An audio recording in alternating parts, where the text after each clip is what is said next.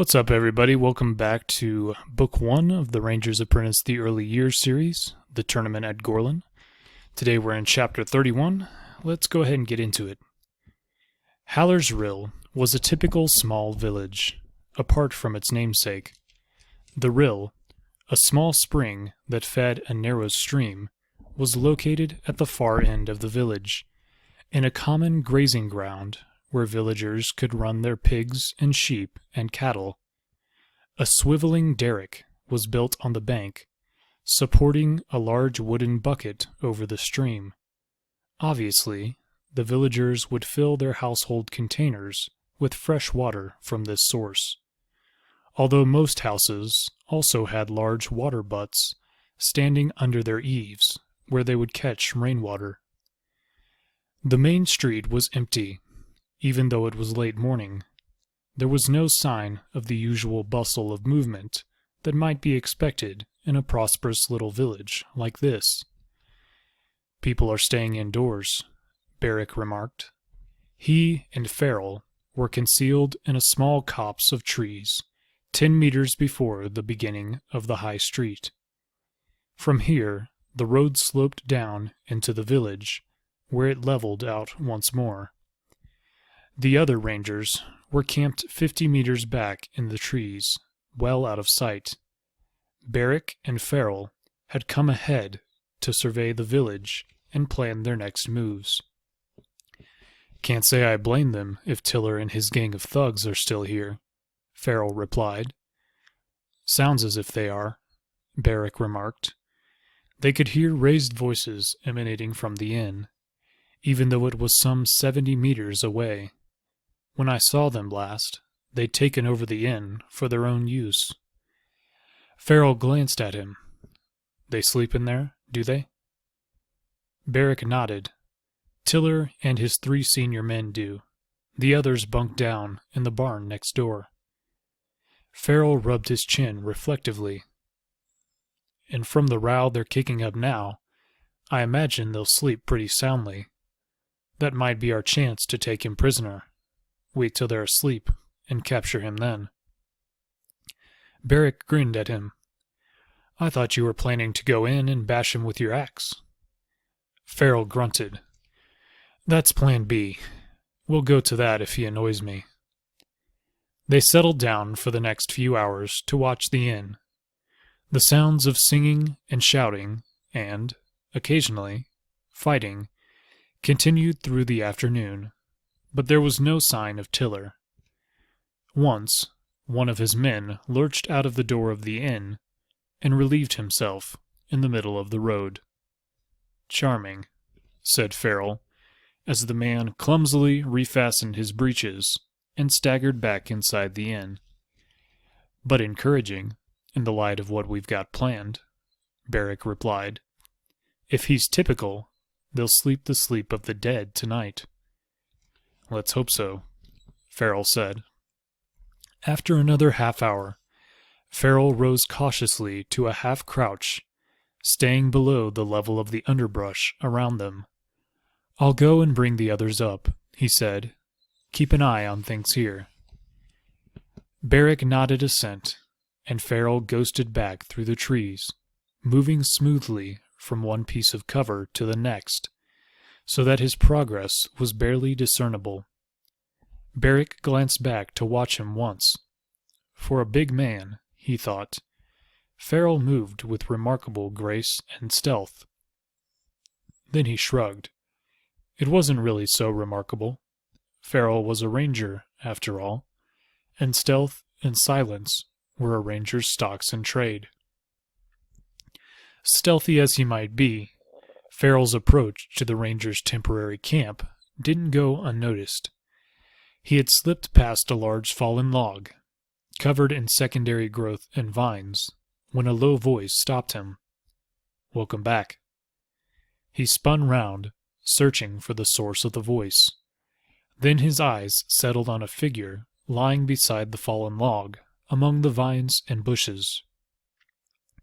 The only reason he saw him, he realized, was that the hidden ranger moved a hand in greeting. "Just letting you know that your approach has been noted," said Norris, smiling.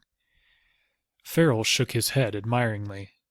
The other ranger was no more than 5 meters away, yet he had gone entirely unnoticed. "I remember you now," he said. "You were always good at staying unseen." Norris stood and moved forward to join him. "I'll admit I've practiced it a lot," he said. "What's happening at the village?"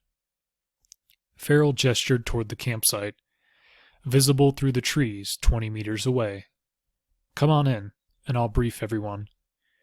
Tiller's there, so far as we can tell, and he and his men are doing a lot of non-stop drinking." "Good," said Norris, falling into step behind him. The other rangers looked up as Farrell and Norris entered the small clearing where they had pitched their tents. They gathered round, and Farrell quickly brought them up to date on events in the village and their plan to abduct Tiller that night. Sam Dash frowned as he heard this. "You're planning to go barging in there without any idea of the layout?" he asked doubtfully. Farrell acknowledged the point. "Not completely. Barrick and I will go in there this evening and ask for rooms. If my guess is right, Tiller will send us packing, but at least we'll get a look at the downstairs part of the inn. Then later, we'll just have to play it by ear. I imagine Tiller will have taken the best room, which in most inns is the one facing the street. We'll try that first. If he's not there, we'll look in the other rooms until we find him." "They'll have sentries out at night, surely," Lewin said. Farrell nodded. "Almost certainly. We'll take care of them. They'll probably still be half drunk anyway. Then we'll find Tiller, knock him out, and carry him downstairs, where the rest of you will be waiting. I take it we'll be there to discourage any possible pursuit?" Lewin said. "Exactly," Farrell said. "We'll try to do it quietly, so there's no alarm raised. But if it all goes pear-shaped, I figure half a dozen archers can do a good job of discouraging anyone who might be following us." He looked around the circle of faces. There were a few nods, and no sign that anyone had an alternative to offer. It was a simple plan, but they had all learned over the years that simple was best. "Pack up the camp here," he said, sweeping an arm around the circle of tents. "We'll move up to the edge of the village while it's still light. That way you can get a look at the place, and keep an eye on Barrick and me when we go to the inn."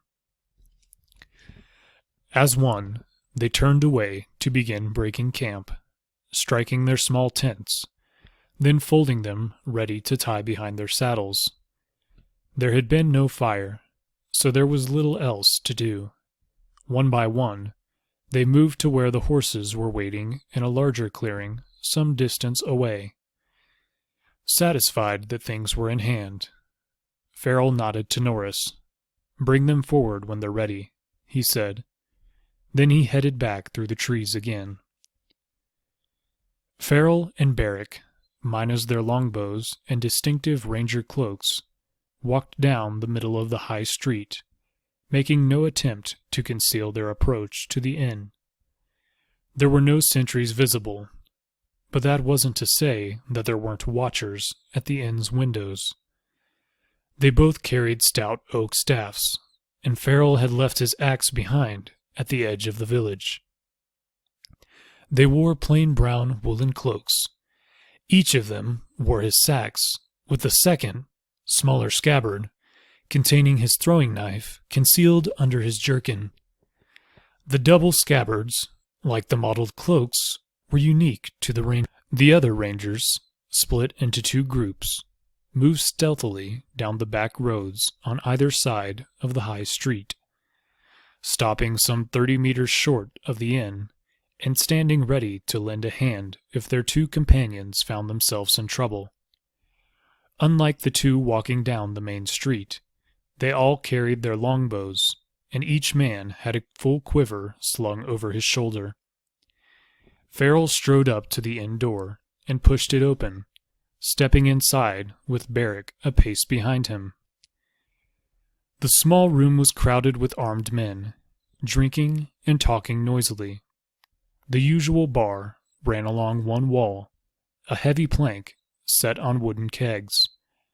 More kegs were held in racks behind the bar, lying on their sides.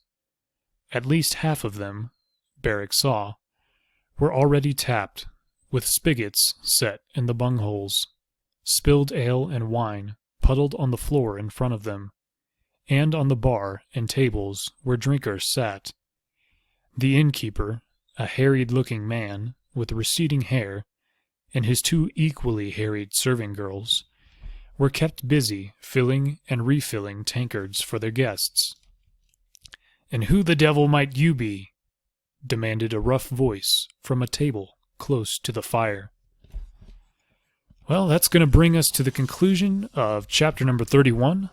As always, thank you for joining me. Thank you for listening, and I'll catch you next time in chapter 32. God bless, and have a good one.